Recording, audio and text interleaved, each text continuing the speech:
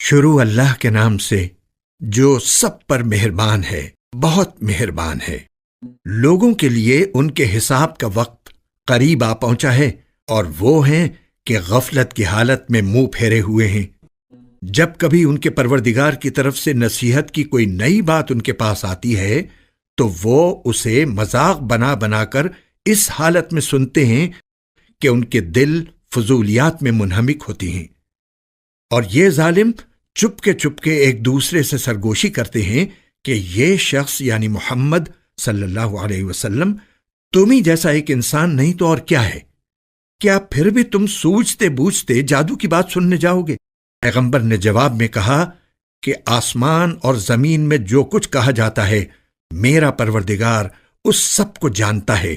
وہ ہر بات سنتا ہے، ہر چیز سے باخبر ہے۔ یہی نہیں بلکہ ان لوگوں نے یہ بھی کہا کہ یہ قرآن بے جوڑ خوابوں کا مجموعہ ہے، بلکہ یہ ان صاحب نے خود گھڑ لیا ہے، بلکہ یہ ایک شاعر ہیں۔ بھلا یہ ہمارے سامنے کوئی نشانی تو لے آئیں جیسے پچھلے پیغمبر نشانیوں کے ساتھ بھیجے گئے تھے، حالانکہ ان سے پہلے جس کسی بستی کو ہم نے ہلاک کیا وہ ایمان نہیں لائی، اب کیا یہ لوگ ایمان لے آئیں گے؟ اور اے پیغمبر، ہم نے تم سے پہلے کسی اور کو نہیں، آدمیوں ہی کو رسول بنا کر بھیجا تھا جن پر ہم وحی نازل کرتے تھے، لہذا کافروں سے کہو کہ اگر تمہیں خود علم نہیں ہے تو نصیحت کا علم رکھنے والوں سے پوچھ لو، اور ہم نے ان رسولوں کو ایسے جسم بنا کر پیدا نہیں کر دیا تھا کہ وہ کھانا نہ کھاتے ہوں، اور نہ وہ ایسے تھے کہ ہمیشہ زندہ رہیں۔